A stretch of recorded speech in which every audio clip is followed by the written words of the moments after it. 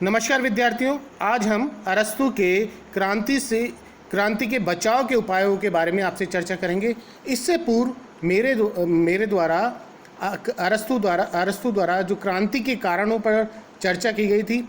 आज हम यहाँ क्रांति से किस प्रकार बचा जाए, क्रांति से बचाव के क्या उपाय हैं, उनके बारे में चर्चा करेंगे। अरस्तु ने न केवल क्रांति के कारणों पर चर्चा की है, बल्कि अपनी प्रमुख पुस्तक पॉलिटिक्स में क्रांति से किस प्रकार बचा जाए उसके बारे में भी अपने विचार प्रस्तुत किए। जैसा कि आपको ध्यान है, अरस्तु प्रथम राजनीतिक विचारक है जिसने अपने विचारों को इतने क्रमबद्ध, व्यवस्थित रूप से और अनुभव के आधार पर विश्लेषण करके जो विचार प्रस्तुत किए, निश्चित तौर पर यह वैज्ञानिक दृष्टिकोण की ओर हमें इंगित करते हैं कि जो अरस्तु के जो विचार हैं एक वैज्ञानिक स्वरूप लिए हुए हैं। अरस्तु के जो विचार आनुभविक तौर पर उस समय लगभग 158 देशों के संविधानों का अध्ययन करके अरस्तु ने जो विचार प्रस्तुत किए, विभिन्न विषयों पर अरस्तु के जो विचार हैं निश्चित तौर पर वैज्ञानिक, व्यवस्थित और अत्यंत महत्वपूर्ण विचार हैं। तो आज हम अरस्तु के क्रांति से बचाव के उपायों पर चर्चा करेंगे। अरस्तु ने स्वयं यह महसूस किया कि उस समय यूनानी नगर राज्यों में राजनीतिक अस्थिरता रहती थी। प्राय यह देखा गया कि जो यूनानी नगर राज्य हैं जो आपस में एक दूसरे पर आक्रमण करते थे, उस समय इनमें राजनीतिक अस्थिरता दिखाई देती थी। और यह जो अस्थिरता है, राजनीतिक अस्थिरता है, वह राजा को हटाने के लिए शासन व्यवस्था के मूल स्वरूप में परिवर्तन या आंशिक परिवर्तन के रूप में दिखाई देती थी और अरस्तु ने इसे क्रांति का नाम दिया है। अरस्तु ने पूर्व में हमने जो क्रांति के कारणों पर चर्चा की है, आज हम अरस्तु द्वारा क्रांति से किस प्रकार बचाव किया जाए या क्रांति से किस प्रकार बचा जाए उसके उपायों पर चर्चा करेंगे।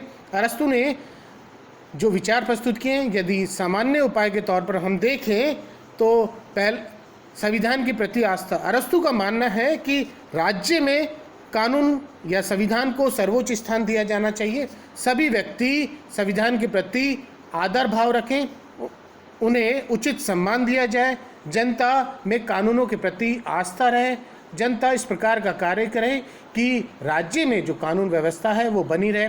शासक का भी ये प्रथम कर्तव्य है कि वह राज्य में कानून व्यवस्था को स्थापित करने का निरंतर प्रयास करे। वह राज्य में यदि कोई कानूनों का उल्लंघन होता है तो कठोर दंड की व्यवस्था करे। संविधान की सर्वोच्चता, संविधान के प्रति लोगों में आस्था बनी रहे, इस प्रकार के कार्य राजा को सदैव करने चाहिए। अगला पॉइंट है शासक व जनता के बीच संबंध। राजा व जनता के बीच परस्पर सद्भावपूर्ण संबंध रहने चाहिए। अरस्तु का मानना है कि क्रांति से यदि राज्य को बचना है तो राज्य में शासक व जनता के बीच उचित सद्भावपूर्ण संबंध होना चाहिए। राजा को लोक कल्याणकारी कार्य सदैव करते रहने चाहिए, जनता की भावनाओं का ध्यान रखना चाहिए और राजा के जो प्रयास हैं वो ज़्यादा से ज़्यादा जनता के हितों को ध्यान में रखते हुए उसके प्रयास हों। राजा का ये प्रथम कर्तव्य है कि वह जनता की हितों की रक्षा करे, न केवल लोक कल्याणकारी करे बल्कि सदैव जनता के हितों को ध्यान में रखते हुए कार्य करे। तो यदि शासक व जनता के बीच सद्भावपूर्ण अच्छे संबंध रहेंगे तो निश्चित तौर पर क्रांति से बचाव किया जा सकता है। अगला, विधि का शासन।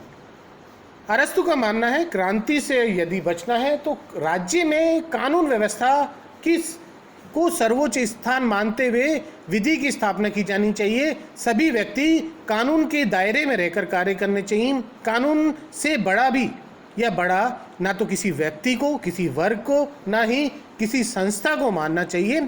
कानून की नज़र में सभी व्यक्तियों को बराबर स्थान प्राप्त होना चाहिए और ये सभी प्रयास राजा के द्वारा किए जाने चाहिए कि राज्य में जो विधि की स्थापना हो पर इस प्रकार से हो कि किसी को भी ऐसा नहीं लगे कि राज्य में जो कानून व्यवस्था है वह अव्यवस्था की ओर ले जाती है।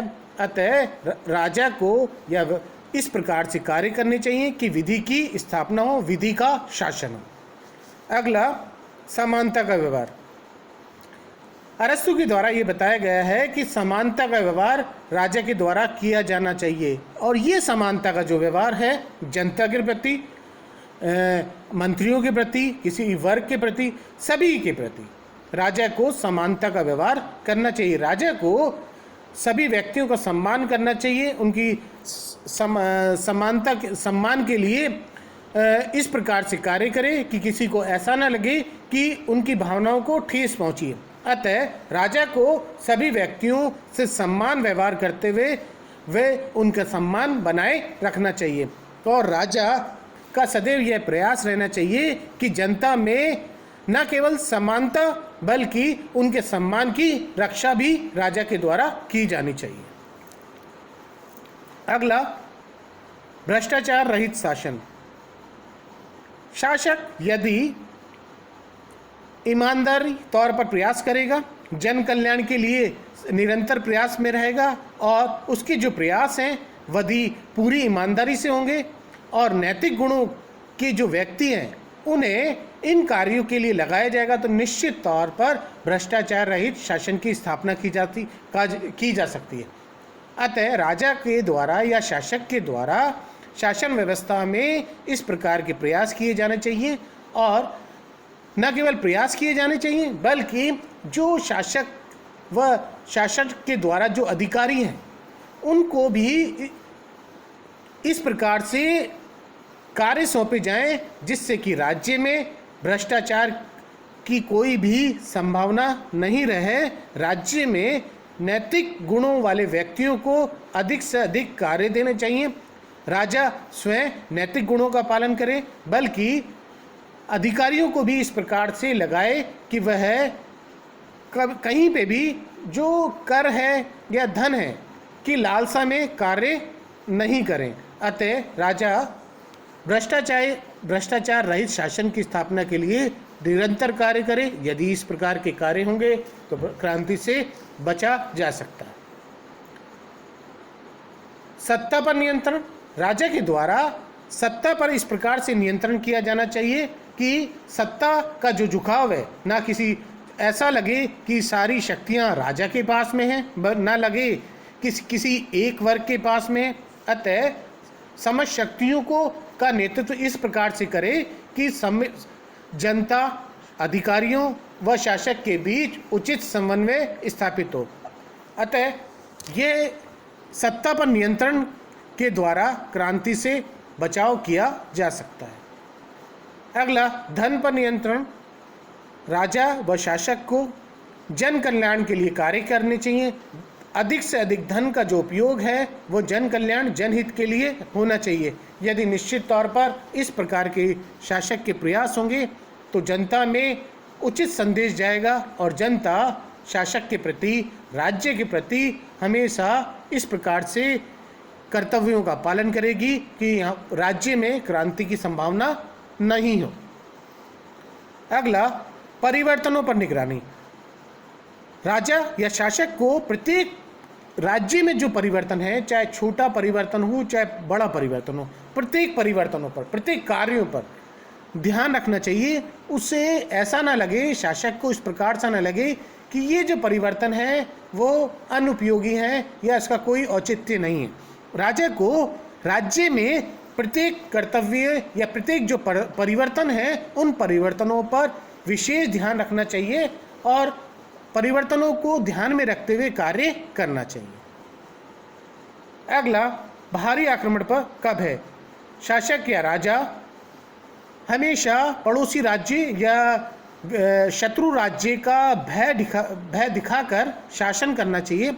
जनता में इस प्रकार का सदैव संदेश देना चाहिए कि पड़ोसी राष्ट्र या अन्य राष्ट्र उस राष्ट्र पर कभी भी आक्रमण कर सकता है, और आक्रमण करने का जो भय है हमेशा जनता पर रखना चाहिए। इससे जनता में एकता की भावना रहेगी, वह राज्य के प्रति देशभक्ति सदैव रखेंगे, राज्य के प्रति वफादार रहेंगे, राज्य के विकास के लिए कार्य करेंगे। अतः राजा व शासक को बाहरी आक्रमण का भय दिखाकर शासन करना चाहिए, जिससे भी क्रांति से बचा जा सकता है। अगला, विदेशियों को उच्च पदों पर नियुक्ति नहीं। राजा को यह ध्यान रखना चाहिए कि जितनी भी महत्वपूर्ण नियुक्तियां हैं वह राजा के द्वारा होनी चाहिए और योग्य व ईमानदार व्यक्तियों की नियुक्ति हो। साथ में ये भी ध्यान रखें कि राजा के द्वारा, शासक के द्वारा या अधिकारियों के द्वारा जो विदेशी व्यक्ति हैं, जिन्हें राज्य से कोई मोह नहीं है, ना वो राज्य के प्रति स्वामी भक्त हैं, देशभक्त हैं, अतः राजा या शासक या अधिकारियों को विदेशी व्यक्तियों को राज्य में महत्वपूर्ण पदों पर नियुक्ति नहीं करना चाहिए। इन प्रमुख कारणों से क्रांति से बचा जा सकता है। ये सामान्य उपाय अरस्तु के द्वारा बताए गए थे। अरस्तु के द्वारा विशेष उपायों पर भी चर्चा की गई है कि किस शासन व्यवस्था में क्रांति से किस प्रकार बचा जाए। विभिन्न शासन व्यवस्थाओं में जो क्रांति होगी या हो रही है, उन क्रांति के कारणों पर चर्चा करते हुए क्रांति के उपायों पर भी अरस्तु के द्वारा चर्चा की गई है। विभिन्न शासन प्रणालियों में क्रांति के कारणों के साथ साथ उनके उपायों पर भी अरस्तु के द्वारा चर्चा की गई है। उन शासन प्रणालियों पर आज हम चर्चा कर रहे हैं। अरस्तु के द्वारा यह माना गया कि राजतंत्रात्मक शासन व्यवस्था, जिसमें सारी शक्तियां राजा के पास में होती हैं, यदि राजा जनता के प्रति सदैव कल्याण रखेगा, जनता से समानता व उचित व्यवहार करेगा, जनता की भावनाओं का ध्यान रखेगा, तो राजतंत्रात्मक व्यवस्था में क्रांति की संभावना नहीं होगी। निरंकुश तंत्र में, जहां सारी शक्तियां राजा के पास में होती हैं, यदि राजा शासन व्यवस्था पर उचित प्रकार से नियंत्रण रखेगा, कर संग्रह या धन का जो इकट्ठा करना है वह उचित माध्यम से होगा, सभी का सम्मान होगा, तो निरंकुश तंत्र में जो क्रांति की संभावना कम होगी। प्रजातंत्र में, जहाँ सारी शक्तियाँ जनता के पास में होती हैं, वहाँ यदि जो धनिक व्यक्ति हैं उनको उचित सम्मान मिलेगा और जनता नेताओं के उनके भाषणों में, उनकी भावनाओं में बह न जाए, इस प्रकार की यदि व्यवस्था हो तो क्रांति की संभावनाएं नहीं होंगी। अगला, धनिक तंत्र। यदि जहां धनिक तंत्र है वहां सभी को सम्मान मिलेगा, सभी के साथ समानता का व्यवहार होगा, न्याय की स्थापना होगी, तो ऐसी शासन प्रणालियों में क्रांति की संभावना नहीं होगी। अरस्तु के द्वारा न केवल क्रांति के उपायों पर चर्चा की गई है, बल्कि विभिन्न शासन प्रणालियों में जो क्रांति के कारणों के साथ साथ उनके उपायों पर भी चर्चा की गई है। अरस्तु ऐसा प्रथम विचारक है जिसने उस समय की राजनीतिक परिस्थितियों, व्यवस्थाओं को ध्यान में रखते हुए क्रमबद्ध और व्यवस्थित तरीके से जो वैज्ञानिक विचार प्रस्तुत किए हैं, निश्चित तौर पर क्रांति से बचाव की ओर यह न केवल ले जाते हैं, बल्कि यदि उनके कारणों पर भी अगर हम उस समय की जो व्यवस्था है, उस समय के जो शासक हैं, यदि गौर करें, उन उपायों पर चर्चा करें, तो राजनीतिक अस्थिरता को रोका जा सकता है। अतः अरस्तु के द्वारा क्रांति से संबंधित जो विचार प्रस्तुत किए गए, क्रांति के कारण व उपाय, निश्चित तौर पर अरस्तु के जो विचार हैं अत्यंत महत्वपूर्ण हैं और उस समय जो यूनानी नगर राज्यों के लिए अरस्तु के क्रांति से संबंधित कारण व उपाय अत्यंत ही उपयोगी सिद्ध हुए हैं।